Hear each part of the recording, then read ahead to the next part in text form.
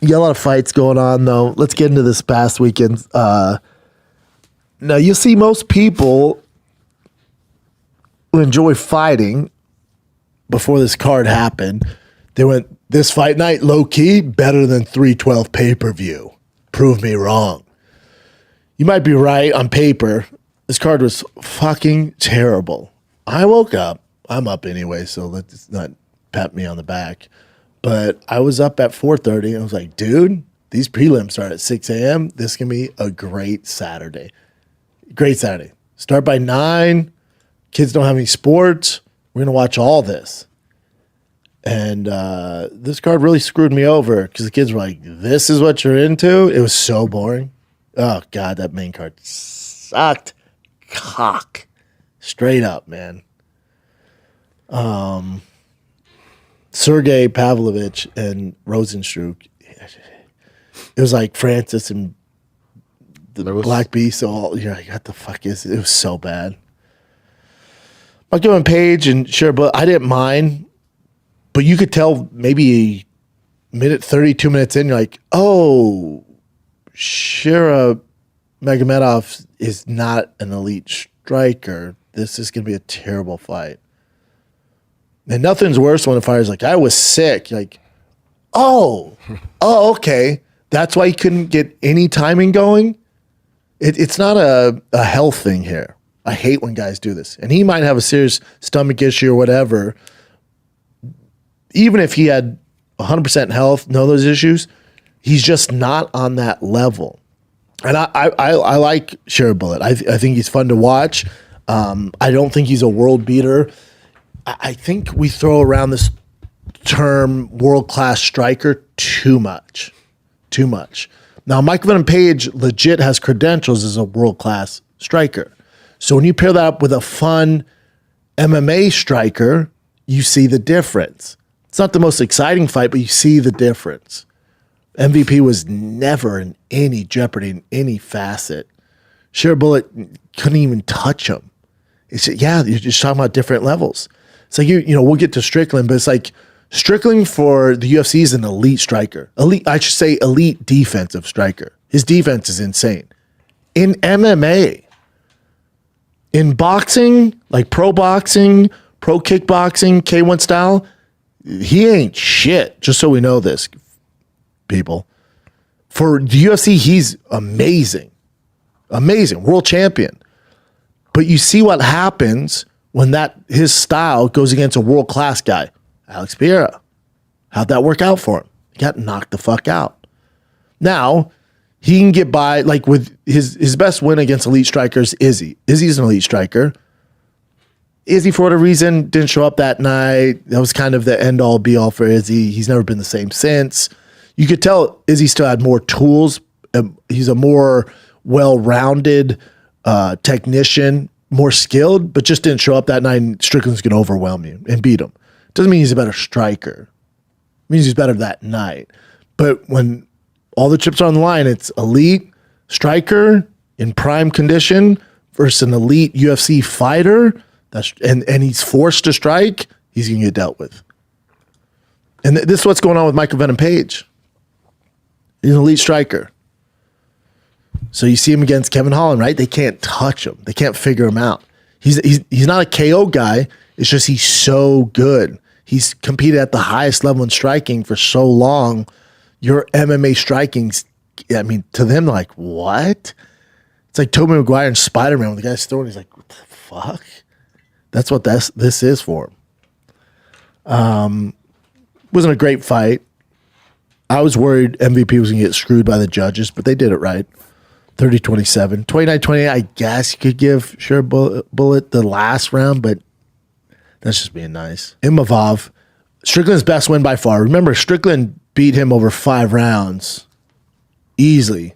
50-45. Handled him.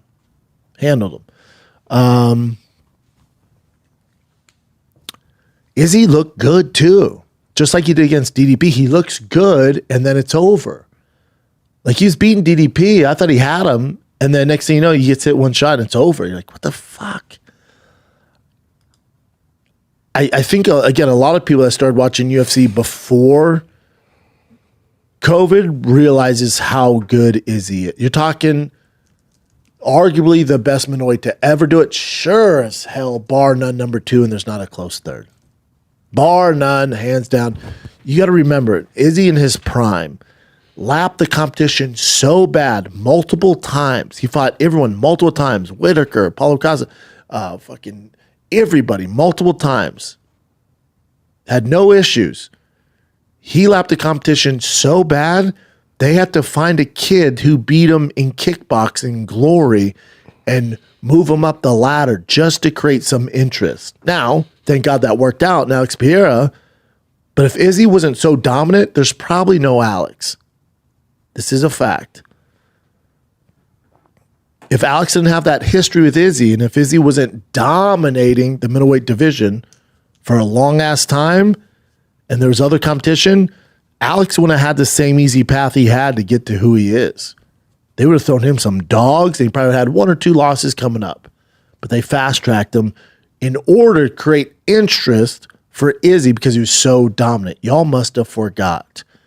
Now you see him, and he's lost a few. I think for Izzy, the biggest mark for me where he's like, and it's always heartbreaking. It's always heartbreaking.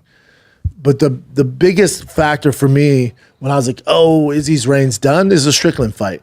Not just because he lost, just because he wasn't present. It wasn't Izzy. The magic has left the building.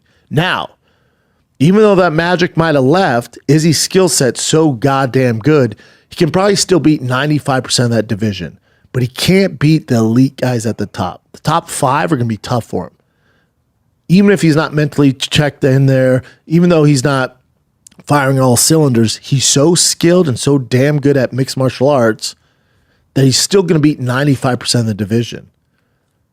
But the days of him being the elite are gone. And the Strickland fight showed that. It's just like, it's not there anymore. It's just not, that special sauce is gone.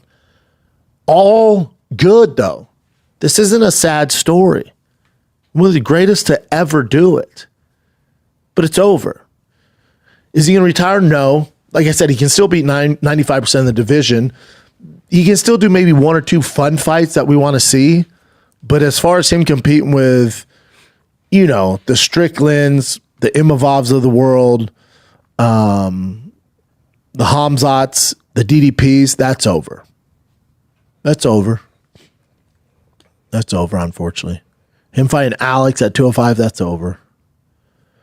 But it's all good. It's all good.